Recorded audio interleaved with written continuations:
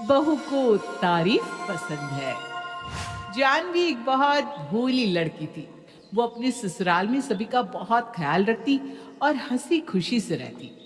वहीं घर में सभी उसके भोलेपन का फायदा उठाकर अपना काम निकलवा लेते और वो सारा दिन अकेले ही परेशान होती। कैसे? चलिए देखते हैं। एक दिन सुबह सुबह, जानवी कहाँ है बेटा? मैंने तुझे कहा था सुबह उठकर सबका डिब्बा तैयार कर देना। तुझे तो पता है बेटा कि सब लोग जॉब वाले हैं घर में। तभी जानवी सिर पर पट्टी बांध कर आती है। माँ जी, बहुत तेज सर दर्द हो रहा है और चक्कर जैसा भी आ रहा है।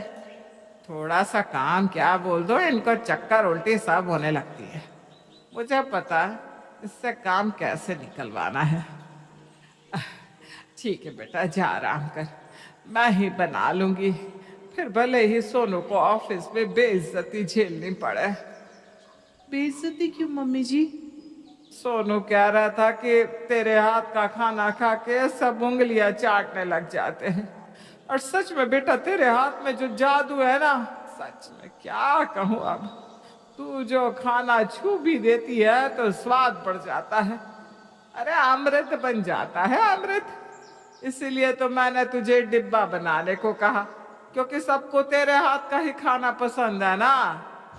बस इतना सुनते ही जानवी फूली नहीं समाती और बीमार हालत में ही किचन में काम में लग जाती है और जल्दी जल्दी सबका डिब्बा पैक करके खाना बनाकर भी रख देती है। भाभी, आपकी तो तबीयत खराब थी ना, फिर भी आपने इतना सारा काम अकेले कर लिया। तो क्या हुआ? घर में सभी को मेरे हाथ का खाना पसंद है ना, इसीलिए मैंने डिब्बे के साथ खाना भी तैयार कर दिया। थैंक यू भाभी, यू आर दी बेस्ट। आपको पता है, आप सच में ना बहुत बहुत बहुत अच्छा खाना बना दी हो। Thank you. अच्छा, मैं चलती हूँ। हाँ भाभी। फिर ननद अपने कॉलेज चली जाती है। वहीं घर में, माँ जी, रसोई में अचार खत्म हो गया है। आपने भंडार घर में और अचार रखा है ना, निकाल दो ना। अच्छा ठीक है बेटा। फिर सास जब भंडार घर में जाती है तो देखती है कि वहां बहुत गंदगी है और हर जगह चूहे घूम रहे हैं। इसे साफ करने के लिए तो बाहर से किसी को बुलाना पड़ेगा। ये तो मेरे बस का है नहीं। क्या हुआ माँ जी, आपको बर्नी नहीं मिली क्या? अब मिल गई बहू। ये ले, ये देख, यहाँ कितनी गंदगी है। माँ जी, इसे साफ करने में तो 4 दिन लग जाएंगे। बाहर से ही किसी को बुलाना पड़ेगा। बाहर से किसी को बुलाऊंगी तो डबल पैसा लेगा। बहू से ही सीधे नहीं तो टेढ़े काम निकलवाना पड़ेगा। अरे बहू, बाहर से बुला तो ले साफ करने वाले को, लेकिन क्या पता ढंग से साफ करे ना करे। और वैसे भी तू तो ये काम चुटकी में कर दे। 2 दिन का काम तो काहिलों के लिए है। याद है जब दिवाली में मेरी कमर टूटी थी और काम करने वाला कोई नहीं था, पूरे घर की सफाई तूने चुटकियों में की थी। हाँ हाँ माँ जी, याद है। तो फिर बेटा, और वैसे भी ना तेरे जितना परफेक्ट काम तो वो लोग करेंगे क्या है? तू तो मेरी सर्वगुण संपन्न बहू है। यूं हो जाएगा चुटकियों में तुझसे। सास की बातें सुन जानवी खुशी से फूली नहीं समाती। हाँ हाँ माँ जी, आप चिंता मत कीजिए, सब काम मैं कर लूंगी, आप आराम करो। और किसी को फालतू में बुलाने की भी जरूरत नहीं है, मैं हूं ना। फिर क्या, बेचारी जानवी अकेले ही पूरा भंडार घर साफ करती है, जिसमें उसे 2 दिन लग जाते हैं। बड़े उत्साह से हाँ तो बोल दी थी सासू माँ को, यहाँ तो हालत खराब हो गई इस कमरे की सफाई करते करते। ऐसे ही एक दिन, यार आज तो मैम ने बहुत सारे प्रोजेक्ट वर्क दे दिए, मेरे से ना होगा इतना काम। ये तो मेरे भी बस का नहीं है। अरे कोई बच्ची की जान लेता है क्या? एक दिन में 100 पेजेस का रिसर्च पेपर कैसे तैयार करें भला? मैं तो किसी को पैसे देकर करवा लूंगी, मेरे से ना होगा। पर मेरा क्या होगा ये तो सोच। अरे तू देख ले, मैं जा रही हूँ अब। फिर पल्लवी घर को निकल जाती है और सीमा भी घर आ जाती है। वो देखती है कि उसकी भाभी बैठकर टीवी देख रही है। क्यों ना भाभी से ही ये काम करवा लूं, लेकिन कैसे? सीधी तरह तो मानेंगी नहीं। हाँ, सीधे नहीं तो टेढ़े तो मानेंगी। वैसे भी इनसे थोड़ी सी चिकनी चुपड़ी बातें कर लो, पिघल ही जाती है। वो भाभी के पास जाकर कहती है। भाभी, आपसे ना एक काम था। हाँ हाँ बोलो ना सीमा, क्या हुआ? मेरा ना कॉलेज का प्रोजेक्ट सबमिट करना है, और देखो ना मेरे हाथ में मोच आ गई है, लिखा ही नहीं जा रहा। ओह, लाओ तेल मालिश कर देती हूँ हाथ में, ठीक हो जाएगा। हाँ नहीं, डॉक्टर को दिखाया मैंने, उन्होंने कहा कि हाथ को तकलीफ ना होने दो, कल तक ठीक हो जाएगा। अच्छा, तो फिर रेस्ट करो, ये बाद में कर लेना प्रोजेक्ट वगैरह। भाभी, कल ही सबमिट करना है, क्या आप कर दोगी? अरे मैं ना बाबा ना, मुझसे नहीं होगा ये। हम्म, फिर तो आपकी मम्मी ने झूठ ही कहा था। जब हम आपको देखने गए थे ना, तब वो बड़ी डींगे मार रही थी। उन्होंने मुझसे कहा था कि मेरी बेटी पढ़ने लिखने में काफी होशियार है, वो तो दिन में 100-200 पेजेस यूं लिख देती है।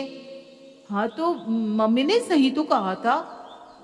वाह भाभी, फिर आप कर दो ना ये, वैसे भी आप कितनी मल्टी टैलेंटेड हो।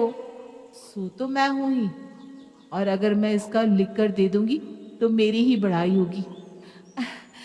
लाओ नाना जी, मैं लिख देती हूँ, अब भी हो जाएगा ये। फिर जानवी घर का सारा काम करके लिखने बैठती है, और लिखते लिखते उसे शाम से सुबह हो जाती है, और वो नींद भी नहीं ले पाती। फाइनली हो गया कंप्लीट। हे भगवान, मैंने किस मनहूस मुहूर्त पर लिखने के लिए हाँ कहा। मुझे तो लगा ये 2 घंटे में हो जाएगा। भाभी, आप सोई नहीं? नहीं नहीं, मैं तो सो ही रही थी। ये रात को ही लिख कर हो गया, बस इसे देने के लिए तुम्हारे कमरे में आने ही वाली थी। थैंक यू भाभी, आप सच में ना बहुत अमेजिंग हो। सो तो मैं हूँ, और कोई काम हो तो बताना। हाँ हाँ हाँ जरूर, वैसे भी आपको हर काम आता है। You are the best. दोपहर में क्या रे नंदू, सारा दिन तू यहाँ वहां घूमता रहता है। जा जाके मार्केट से सामान लेकर आ। माँ, मैं घूमता कहाँ हूँ, मैं तो अपने काम में बिजी रहता हूँ। हाँ हाँ पता है, सारा दिन बस आवारागर्दी करता है। जा जाके सामान लेकर आ। ठीक है माँ। बाहर कितनी धूप है, मुझे तो क्रिकेट खेलने भी जाना था। तभी नंदू भाभी को दिखता है, जो बैठकर नेल पॉलिश लगा रही थी। ये सही रहेगा। भाभी, माँ ने मार्केट जाने को कहा है, क्या आप चली जाओगी? अरे ना बाबा ना, इतनी धूप में मैं ना जाऊंगी। मैं तो इसलिए कह रहा था भाभी, क्योंकि मार्केट में नई साड़ी की सेल लगी है। आप वैसे भी वो भी देख लोगी, और भाभी आपको तो पता है ना, मार्केट में दुकानदार कितना लूटते हैं, एक का डबल भाव बताते हैं, और मुझे तो बार्गेनिंग आती भी नहीं। आप जाओगी तो मोल भाव करके सामान लाओगी, मैं जाऊंगा तो डबल पैसे लुटा कर आऊंगा, और सामान भी पूरा नहीं मिलेगा, क्या फायदा। वैसे भी आपकी बार्गेनिंग स्किल ना सच में भाभी ऑसम है, ऑसम। देवर जी आप बिल्कुल सही कह रहे। लाओ थैला दो यहाँ पर, मैं जाकर लेकर आती हूँ। इस तरह एक बार फिर देवर ने भी जानवी की तारीफ करके उसे बेवकूफ बनाया, और वो खुशी खुशी मार्केट चली गई। ऐसे ही घर में सभी जानवी की तारीफ करके उससे अपना मुश्किल से मुश्किल काम निकलवा लेते थे, और वो बेचारी समझ भी नहीं पाती थी। ऐसे ही दिन बीत रहे थे, और एक दिन जानवी की बचपन की सहेली उससे मिलने आती है। हाय जानवी, कैसी है? मैं तो मजे में, तू अपना बता। मैं तो ठीक हूँ, लेकिन तेरी हालत तेरी बालों से मैच नहीं खा रही। चल कमरे में बैठकर बातें करते हैं। फिर दोनों कमरे में जाते हैं। ले चाय नाश्ता कर और बता। तू बता, तेरा क्या हाल है? सुधरी या आप भी अपने ससुराल वालों की तारीफ से खुश होके उनका काम करके दे देती है? नहीं नहीं, ऐसी कोई बात नहीं है। तभी जानवी की सास वहां आती है। बेटा ये तेरे ससुर जी का कोट पैंट है, इसे धुलना है। देख मैं तो धुल लेती, लेकिन वो कह रहे थे कि बहू के हाथ की जितनी सफाई और चमक मेरे हाथ में नहीं है, इसलिए तुझे देने आ गई। अरे अरे माँ जी, मैं कर दूंगी, चिंता मत करो, एकदम चमका दूंगी ससुर जी का कोट और पैंट। और सुन बहू, ये मेरी साड़ी है, इसमें फॉल लगाना है, लगा देना। वो क्या है ना, दर्जी को दूंगी तो पैसा लेगा और सब खराब कर देता है, बल्कि तू तो दर्जी से अच्छा फॉल लगा लेती है साड़ी में। सच में माँ जी? मैं झूठ ना बोलूं? तेरे हाथ का काम ना बेस्ट होता है, एकदम प्रोफेशनल। आप रख दीजिए, मैं कर दूंगी। सास की जान की बात।